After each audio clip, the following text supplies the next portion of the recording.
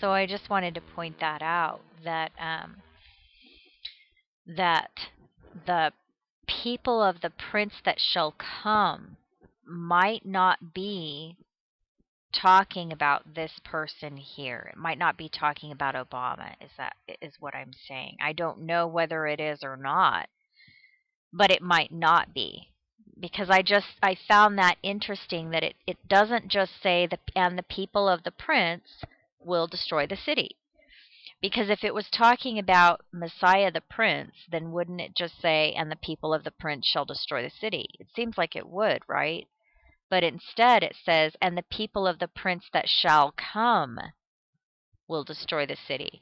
So that makes me wonder if something is going to happen and someone else steps up and destroys the city. You see what I mean? So that hasn't been fulfilled yet, so we don't know what will happen with that. But whoever that is, the prince that shall come, whoever that is, and I don't know who it is, but whoever it is, he will cause the Passover and the tribute to cease. And for the overspreading of abominations, he shall make it desolate. So what city is this that will be destroyed? We also don't know that. We don't know whether it's Jerusalem or whether it's New York City or what it is. We don't know. But some city is going to become desolate and will be destroyed. And it's looking like it's going to happen pretty soon here. And that's why I've been trying to get this message out to as many people as possible. And it does look like it might be either New York or Jerusalem. But obviously none of us really know that. But that is what it looks like. So this next part in Daniel 11, verse 31, it says, "And arms shall stand on his part, and they shall pollute the hallowed part of the fortress." Now, this in your King James says something different, but the word is mikdash. So I think in your King James it says, "And they shall pollute the sanctuary of strength." The words are mikdash, so pollute the mikdash of Ma'aus. And mikdash means sacred place or hallowed part, and Ma'aus means fortress, fort, rock, among other things. But the reason that I put these in here is because we know that there was a hallowed part of the fortress. So if you remember some of those other videos that I've uploaded, the steel beam that Obama signed was placed in the One World Trade Center on August 2nd, 2012. And that was the hallowed part of the fortress, the One World Trade Center. So I thought that was very interesting here, that it says, "And they shall pollute the hallowed part of the fortress, and shall take Kur," which means depose, which means oath, to give an oath, to take oath. So they shall take oath the Tamid. Well, Tamid means continual employment, or a job or position.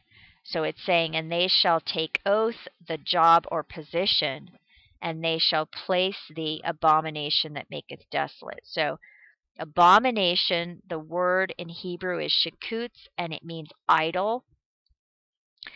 And desolation, the Hebrew word is shamem, and it means horror causer. In other words, terror causer.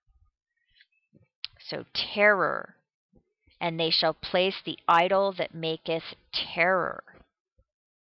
So I'll read that again. "And arms shall stand on his part, and they shall pollute the hallowed part of the fortress, and shall take oath the position, and they shall place the idol that maketh terror." So how do we know that that's the correct meaning of that? Well, the only reason I think that we know that is because we actually saw a fulfillment of it, and it makes perfect sense. I mean, it fits together. These puzzle pieces fit perfectly. And people get upset about it, and I'm not sure why. But let me just read Daniel 12:11 and 12, because here's where it, becomes obvious that this was fulfilled. It says, and from the time that the Talmud shall be taken oath. So again, the position. So from the time that the position shall be taken oath, and the idol that maketh terror set up, there shall be 1290 days. Blessed is he that waits and comes to the 1335 days. So again, these words actually mean this, okay? This scripture is actually saying that, but they could not have understood this 2,000 years ago. You know what I mean? They wouldn't understand that. They wouldn't know what that was, what a position was at an employment position. They wouldn't use that word. So none of this would make any sense to them. And that's why in Daniel 12, Gabriel said to Daniel, no one will understand this until the very end days, because that's the kind of riddle that it is. Especially that terror part, the idol of terror. I mean, nobody could have understood what that was until after 2001. So again, it says, and from the time, this is Daniel 12:11 and 12, and from the time that the position shall be taken oath, and the idol that maketh terror set up, there shall be 1290 days. So again, we're talking about the same position right here, the position of president, because we already know that we had a fulfillment with Obama up to his first year of his presidency. So when that position was taken oath, until the idol of terror was set up on August 2nd, 2012, was exactly 1290 days. So that idol of terror, that was the steel beam that Obama signed, that was placed in the One World Trade Center on August 2nd, 2012. Exactly 1290 days after he took the oath of office in 2009. And exactly 1335 days after that was the Jewish Feast of Trumpets, Rosh Hashanah, the Jewish New Year in 2012. So these were fulfillments of Scripture. That's why I have these symbols right here on the chart. So this is beyond amazing. I mean, and they're exact fulfillments.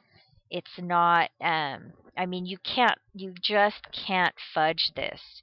It's precise. It's very precise. So that's what we've seen happen. So it's right here in this table. The commandment to restore Jerusalem in 1947, 7 Shabuah, or 7 plus 7 years later, the year of Obama's birth, 62 Pentecost later, the year Obama won the Peace Prize in the first year of his presidency.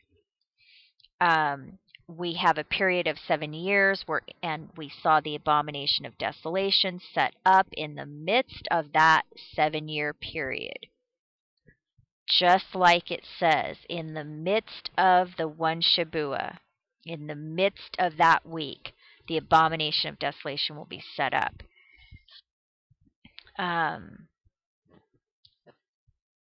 Pollute the hallowed part of the fortress, take oath of the position, and Abomination of Desolation set up. Okay, so Jesus said, when you see that Abomination of Desolation, after that you will escape, then the great tribulation will happen, and after the tribulation the sun and moon will go dark, and those who have been taken to the safe place will return to earth after that. So the sun and moon going dark is right here. And I want to keep this simple. I don't want this to become too confusing. I don't want it to be confusing at all. But I didn't have room to put in August right here. But this is August 31st, okay?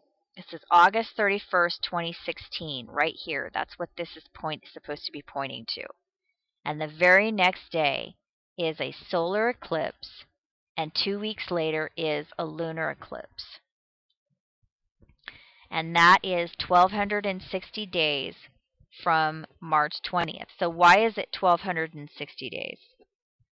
I mean, why does that matter? That matters because in all of the other studies that we've done, and again, I'm begging you to please check the links below these videos, because I have so much information that talks about the 1,260 days and all of that. It has to do with escaping to the safe place. So, for example, Revelation 12, it says the woman will be carried to a safe place by the wings of an eagle, and will be cared for and fed for 3.5 years. So, or 1,260 days. 1,260 days is 3.5 years. So, so that implies that the tribulation itself is going to last 3.5 years. So remember, it happens after the Abomination of Desolation, and the Abomination of Desolation happens in the midst of the 7-year period. And after that tribulation, the people who have been in the safe place will return to earth. So, what we have had is we have had all of these precise, just unbelievable, some of this stuff I don't even have time to talk about, but just unbelievable fulfillments of Scripture and alignments with Scripture. If you want to understand where I get this chart from, it's simply the biblical timeline. But if you want to understand it, I have a video on that as well, and it's linked below this video. So please check that out if you haven't seen it yet. But for those of you that know what this is, you know, it's just mind-boggling how the Bible itself lined up with, you know, like Moses' ascension right here on December 21st, 2012.